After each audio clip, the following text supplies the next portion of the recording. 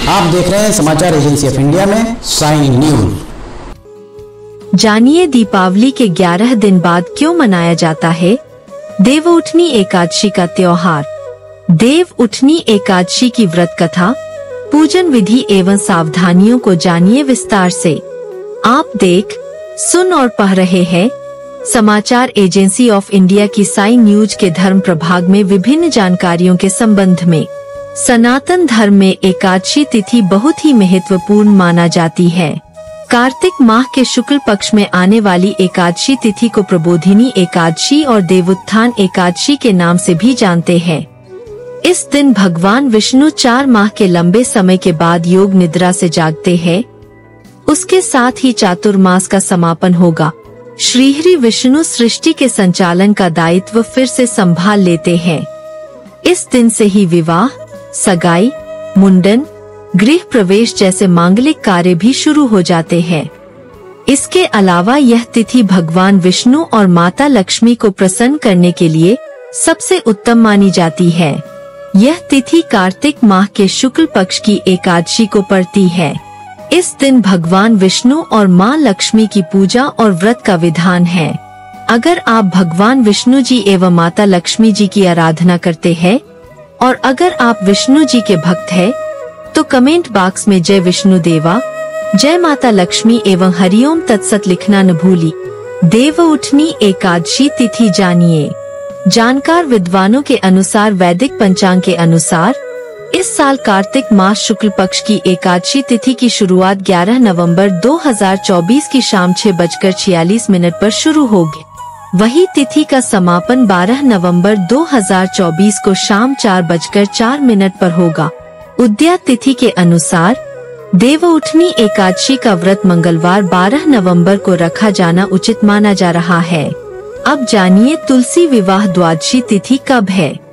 कार्तिक शुक्ल पक्ष की द्वादशी तिथि की शुरुआत 12 नवंबर को शाम 4:04 से हो रही है। इसका समापन 13 नवंबर 2024 को दोपहर 1:01 पर होगा। तुलसी विवाह द्वादशी मुहूर्त जानिए। तुलसी विवाह के शुभ मुहूर्तों के बारे में जानकार विद्वानों का कहना है कि लाभ उन्नति मुहूर्त सुबह 6:47 से, अमृत सर्वायतम मुहूर्त सुबह 8:06 से 9:26 तक एवं शुभ उत्तम सुबह 10:46 से दोपहर 12:05 तक रहे। देवउठनी एकादशी पारण मुहूर्त जानिए।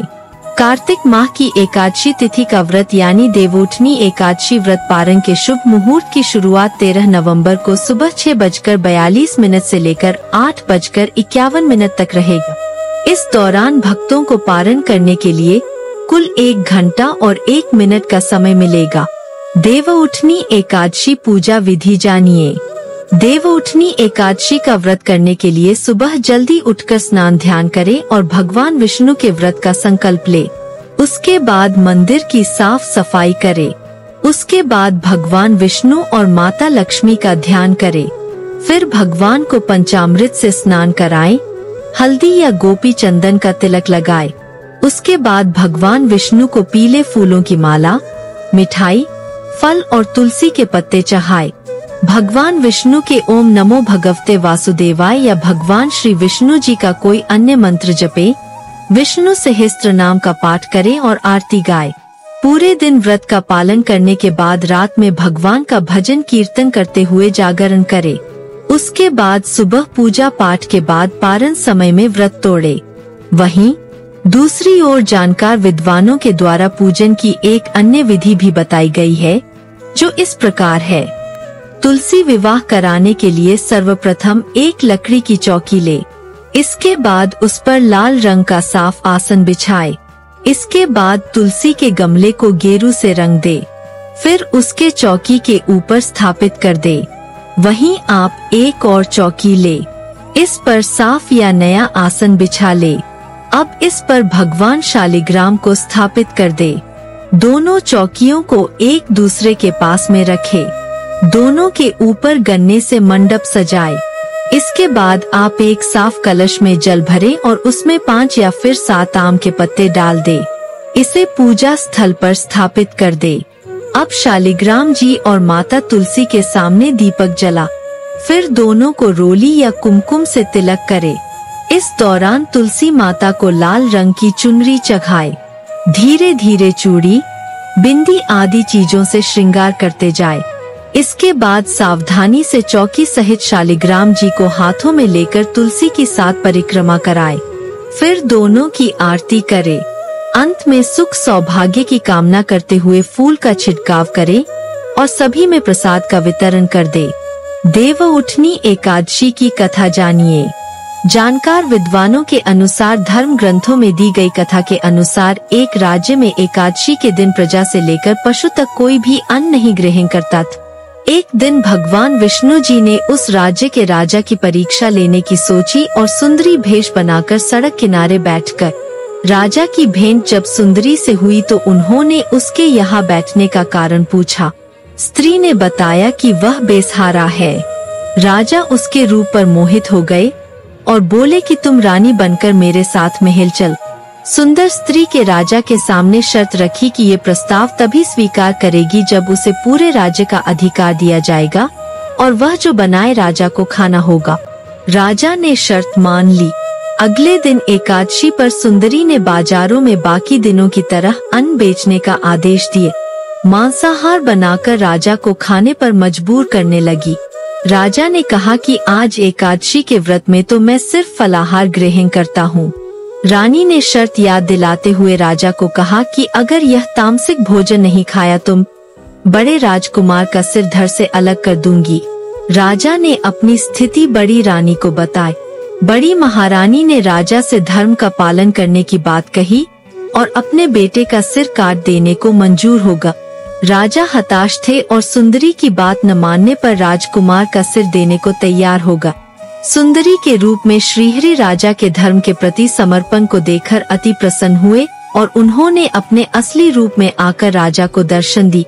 विष्णु जी ने राजा को बताया कि तुम मेरी परीक्षा में सफल हुए, कहो क्या वरदान चाहिए। राजा ने इस जीवन के लिए प्रभु का धन्यवाद किया, कहा कि अब मेरा उद्धार कीजिए। राजा की प्रार्थना श्रीहरि ने स्वीकार की और वह मृत्यु के बाद बैंकुट लोक को चला गए।